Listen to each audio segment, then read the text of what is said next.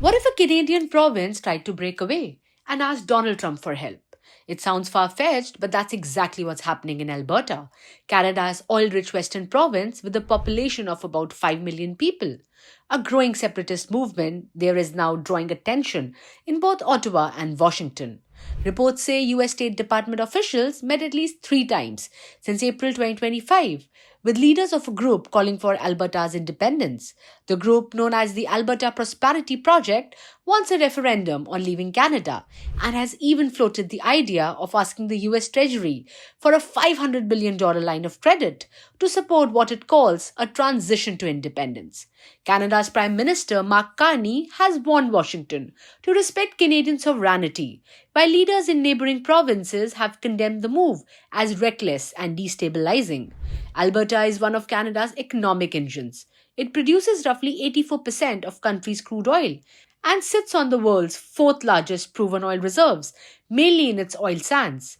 Politically, Alberta leans more conservative than most of Canada and has long clashed with Ottawa over climate rules, pipeline access, and federal taxes.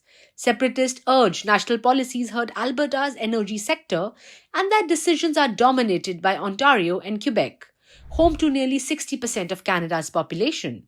Donald Trump's return to power has energized the movement.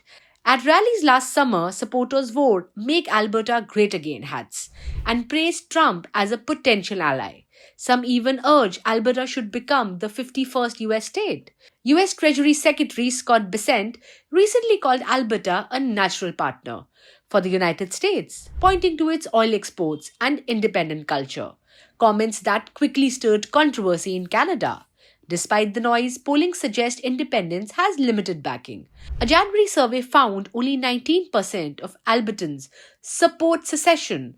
A pro-referendum group must collect about 178,000 valid signatures to force a vote, while an anti-secession petition has already gathered more than 400,000 names. Indigenous communities have also strongly opposed the idea, noting their treaties with Canada predate Alberta's creation in 1905. For now, Alberta's separatist push looks more like political pressure than a true breakaway movement.